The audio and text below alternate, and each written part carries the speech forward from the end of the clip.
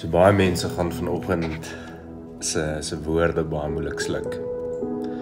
Want vanoggend se woord wat ek gekry het van God af is bietjie moeiliker om aan te dink.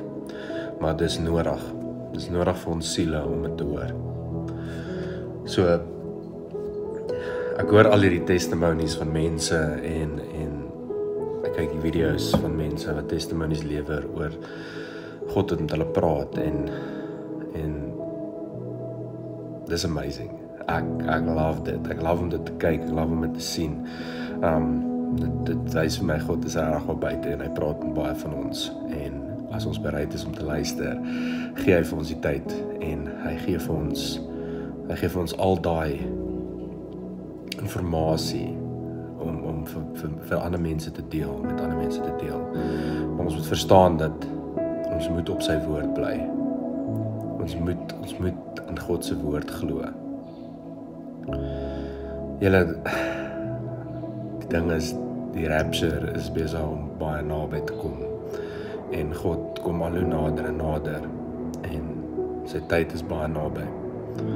En ek dink nie een van ons wil iemand agterlos in daai oomblik nie. Ek dink ons baie van ons wat dink ons gaan opgaan, maar ek dink ons baie wat nie gaan nie.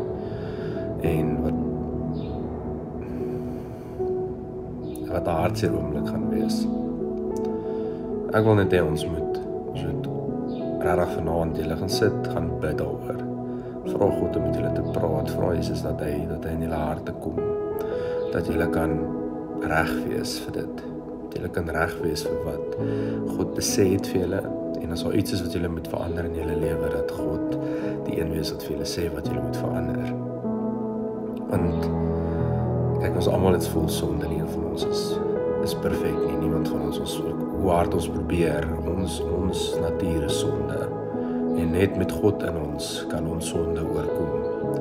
En ons almal het daai battles, ek included, jy weet, elke liewe persoon het daai battles in hulle, en of het nou is met kwaadheid, of het nou is met, ons so baie goed, wat mens kan lys, wat ons self, ek dink net ons self weet wat ons mee struikel, en as ons oopmaak en ons sê vir God, julle, dit is wat ek mee struikel, God, dit is wat ek vandag voor jou wil sit, ek het hulp nodig hier, so ek beloof God gaan help, ek beloof julle, hy sal julle help deur die probleem, en hy sal jou challenges gee, kyk, hy gaan vir jou challenge, maar die ding is, as jy die challenge oorkom,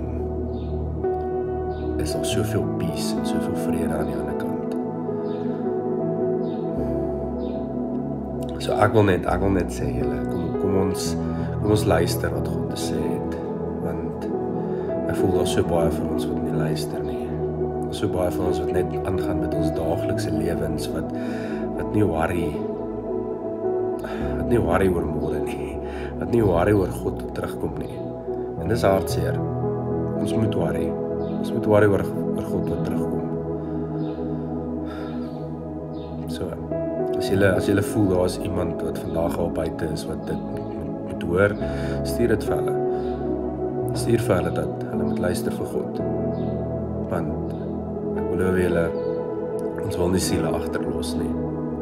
En ons wil hê God moet terugkom en hy moet in ons harte werk.